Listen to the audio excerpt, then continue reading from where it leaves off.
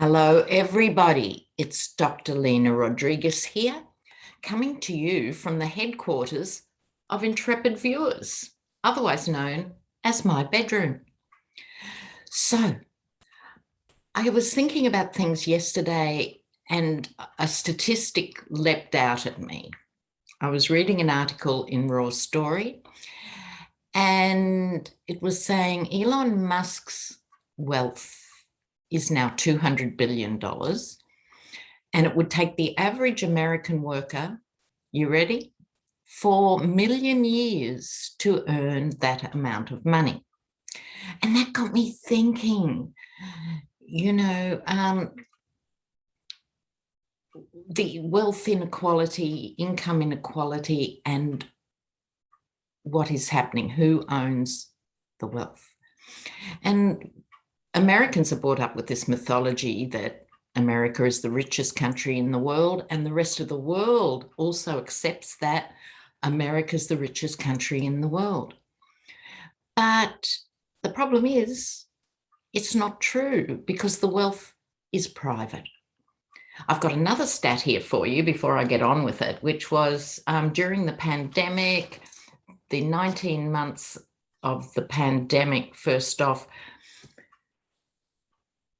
billionaires earned an extra $2.1 trillion.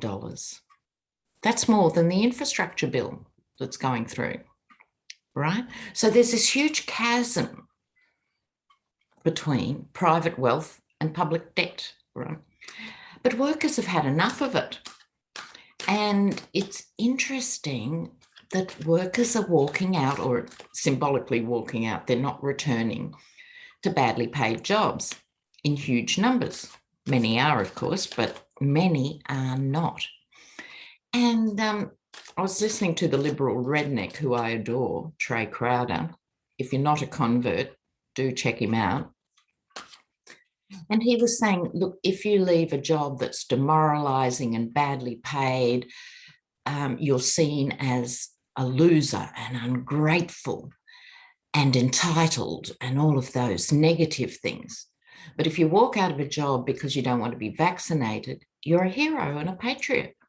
So I want to look at this phenomenon of people balking at going back to really demanding, difficult, unsatisfying, badly paid jobs. Let's have a look at that first. The walkout. I'm going to call it the walkout. What's it about? Where's it going? Did you see New York City taxi drivers have gone on hunger strike for better pay? In the US of A, they've gone on hunger strike, right? So this is the myths of America that are really being challenged. So let's have a look at the walkout. People and jobs. The relationship between people and their work. Okay, come on down.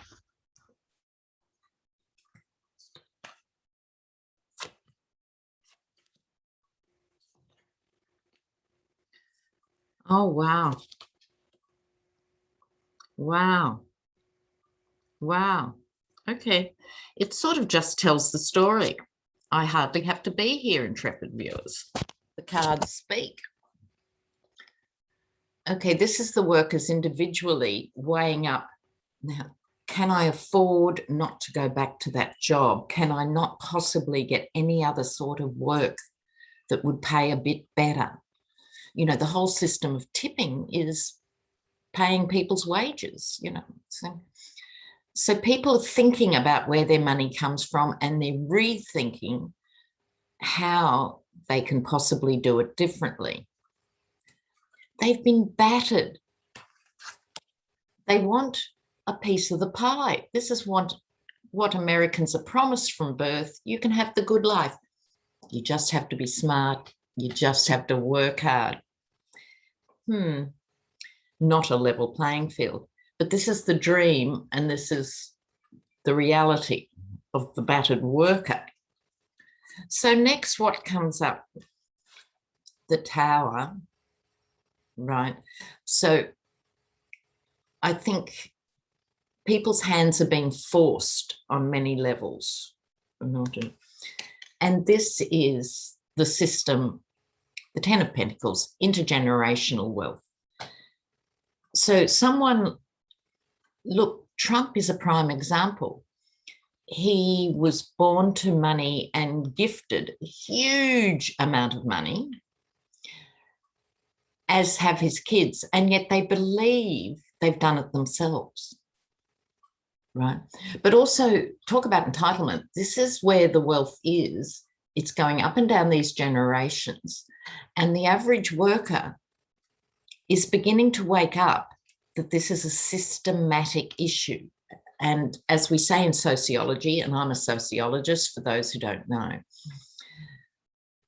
there's systemic blocks to people going from very poor to very rich. You can always quote, you know, the one guy never went to university, never did anything, made a huge amount of money. There's always the mega success story to look to, but the other millions won't be able to get there. And I don't believe that everyone should go to college or anything like that. I think you just deserve to have a life that's satisfying, that doing something you like doing. So that's what's motivating this push for the big walkout. So I'm going to go a bit further now and go, tell us more about this transition. I think more and more people are thinking, how can I make money differently? So how's it going to go from here? Will people be able to adapt?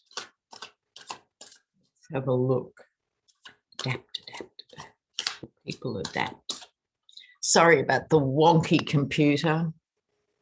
This channel's not known for its high-tech qualities.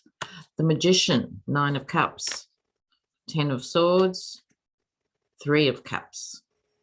Okay, what I see here is there is magic afoot. Okay, there's no doubt about that. The Magician is power and transformation.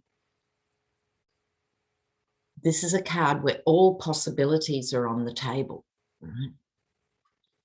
People can make a sweeping change. Yeah. So the power is there to do that. Now, these two cards go together, I think. You've got those who are, let's say, the titans of business, and this is who works for them.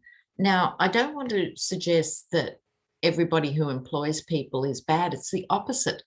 The majority of businesses are actually small businesses, and that's who does the employing, small business.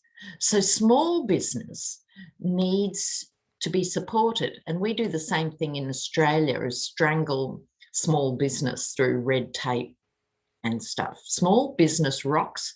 Small business are the employers. But the end game is a degree of celebration or victory. So I don't think it's going to be rosy for everyone, but at the same time, it's worth it individually. If you can channel your inner magician and make it work for you. This is a huge transition afoot. And you know how much I love you all, and I want you to prosper and do well. So go small business. Go small business. Right? Now, in other news, another bunch of subpoenas have been issued. Yawn. Will they even turn up? Will they turn up? But Flynn's in the mix. And who would have dreamt 5 or 6 years ago, who would have dreamt that you'd have a 4-star general going to jail, being pardoned, and then swanning around the country, spreading seditious lies and undermining elections? You know, why is Flynn still out and about? So I'm going to look at them. John Eastman's in the mix. He's that weird lawyer. They must give out law degrees in the Cheetos packets in the US. That some of these people like Sidney Powell and stuff who turn up as lawyers, I mean, really? Okay, so I'm not going to look at them separately. I'm just going to look at the vibe around these subpoenas. Will the Dems have any joy with these subpoenas? Will these subpoenas come to anything? Will these subpoenas come to anything? I'm going to look at Flynn again separately because he's a particular thing. Okay, the subpoenas coming up from Congress. There's Biden. Hi, Joe. Oh, and Nancy. Oh, they're all there. They're doing the work. I hope they've got the support. Oh,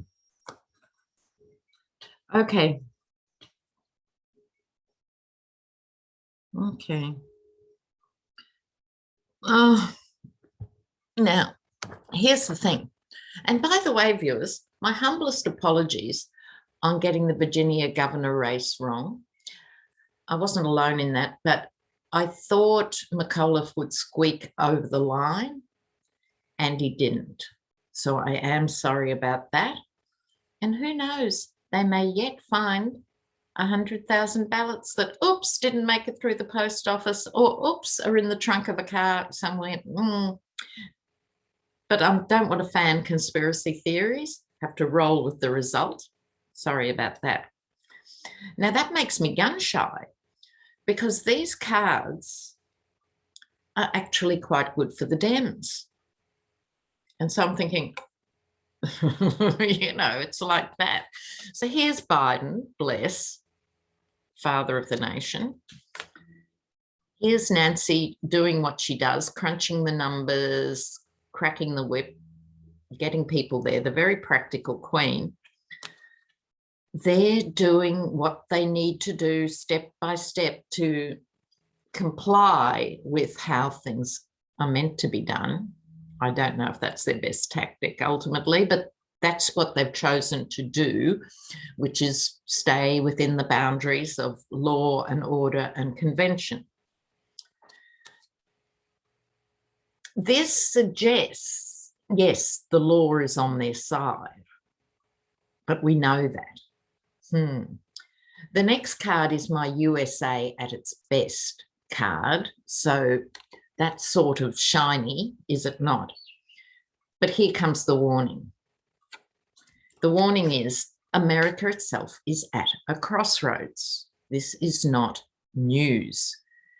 But what is news is how they will follow up with non-attendance. Right. So in other words, what these cards on the table are saying is they have right on their side, but that only takes us so far. This is the hinge card, if you like. Which way will they go? Which way will the law go in terms of backing them up? So we have to go further here. So what's my question? Will they be able to compel testimony? I guess is the question. Will they be able to compel testimony? Oops, what fell out? Oh, the false knight. Wow. Okay. Will they be able to compel testimony? We've got the false knight. Oh, God. They're jumping out. Somebody wants to say something about this. Justice. Justice. Let's see if I can get through a shuffle without dropping my cards. But they leapt out. Leapt. Knight of Cups, Justice.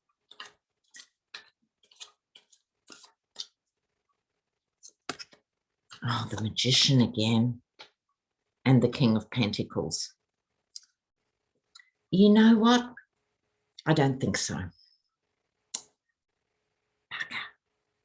Those cards were looking so promising, but they laid the groundwork for what should happen.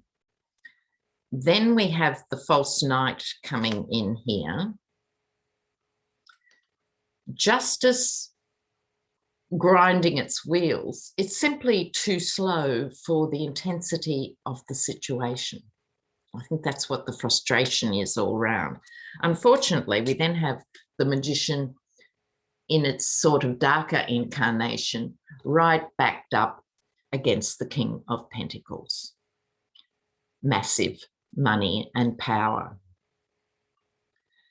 meaning the trumpet.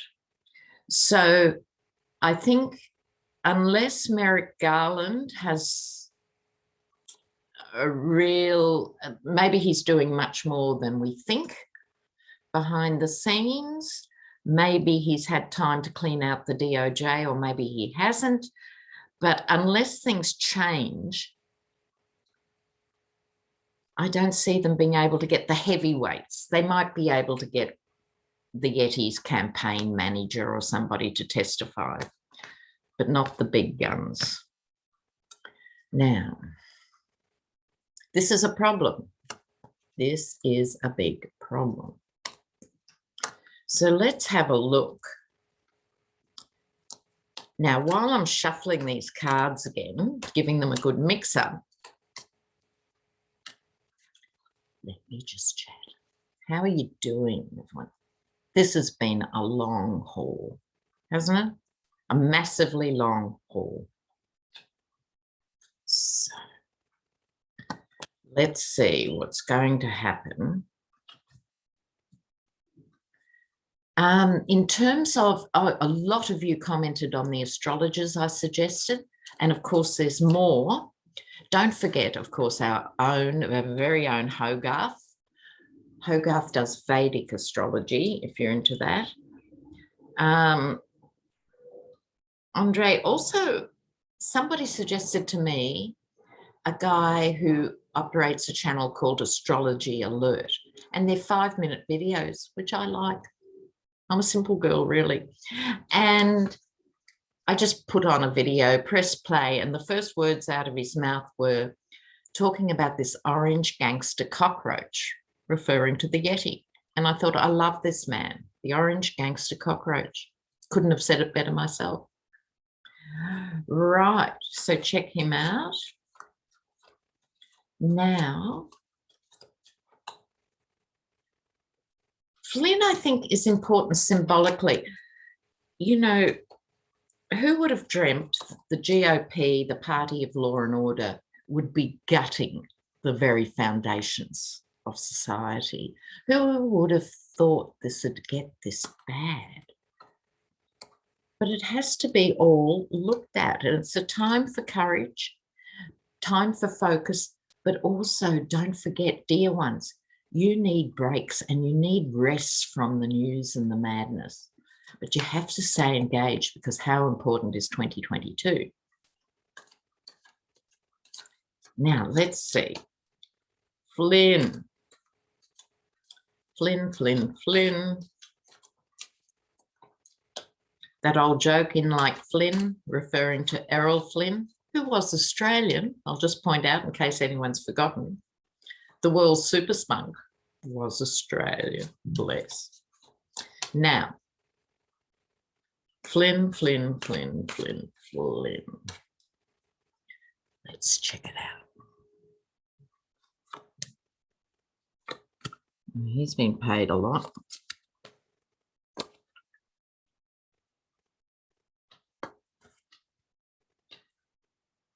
Look. It's all about the money. Money. Oh, dear. He's been paid a lot of money. This was the signifier, the main card of the reading, which can transpire to be fool's gold. I think his weak link is the money. Things are moving quickly for him. He's staying ahead of the game at this point. This is his role now. This is a major coup for the Yeti, having his own central casting general here. However, the money is about to dry up, and that puts him in a vulnerable situation. He thinks he's got all this money coming, but it's not. This is, in this context, false money, which leaves him a bit exposed. Then in comes the Ace of Wands, my Fred Flintstone card, right? So he could get sort of a bit beaten up by this, but it won't be, here's the frustration, it won't be because of his sedition to the country, it'll be because of who paid what to Flynn. But it almost doesn't matter. It almost doesn't matter. Now, in other news, in New York, which we all keep our eye on, obviously, because we're all hoping, I'm sure it's our last prayer every night, the Trump org is being investigated thoroughly. Cy Vance is about to leave. He's being replaced by the lawyer who actually followed through and got a prosecution on the fake Trump University. So he knows how to get a result. So as far as I'm concerned, the sooner he takes hold, the better. All right, now I'm going to do just a little spread advice for you, intrepid viewers, of dealing with this. There's the pandemic, there's the volatile work situation, there's all this political tension. How best to look after yourselves? Okay, let's look at that. Blessings for my viewers. How best to look after yourself? How best to look after yourself? Okay, we all need to know this. Oh.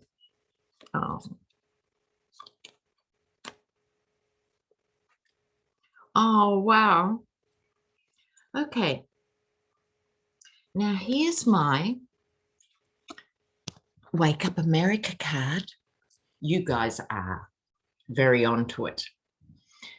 But other people have been in a significantly long coma, basically. But this is, the judgment is the calling. See the angel summoning.